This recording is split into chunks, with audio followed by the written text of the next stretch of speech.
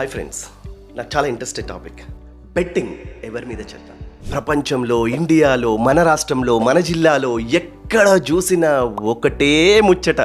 నలుగురు యూత్ కలిసినా, నలుగురు ఫ్రెండ్స్ కలిసినా, ఎక్కడైనా ఏదైనా సమూహం అయినా కూడా betting betting betting.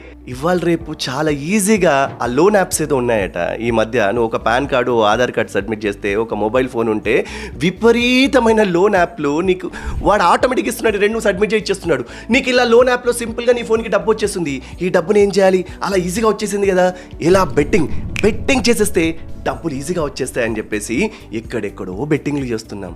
My dear friends, ఒక్కసారి బెట్టింగ్లో చూడండి, ఒక్కసారి కూడా వాళ్ళ లైఫ్లో ఎప్పుడూ బాగుండవు. ప్లీజ్ అర్థం చేసుకోండి. మీకు విషయం తెలుసా? డేటా మీరు చూస్తే షాక్ తింటారు.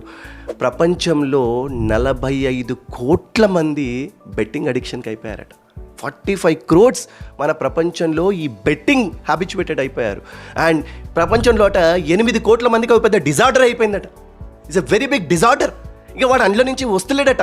ఒక మత్తు ఎలాంటిదో ఈ మత్తు అలాంటిది. ఇది ఇంకా ఘోరమైన మత్తు. అంటే ఈ బెట్టింగ్లకు అలవాటు పడి వాళ్ళ బైకులు అమ్ముకొని, వాళ్ళ టీవీలు అమ్ముకొని, వాళ్ళ గోల్డ్ని అమ్ముకొని, వాళ్ళ కొన్నిసార్లు వాళ్ళ ఇల్లును కూడా అమ్ముకునే పరిస్థితి చాలా వచ్చిందట. రీసెంట్ డేటా కూడా చెప్తుంది. ప్లీజ్ అర్థం చేసుకోండి. సో బెట్టింగ్ ఎవరిపై చేద్దాం?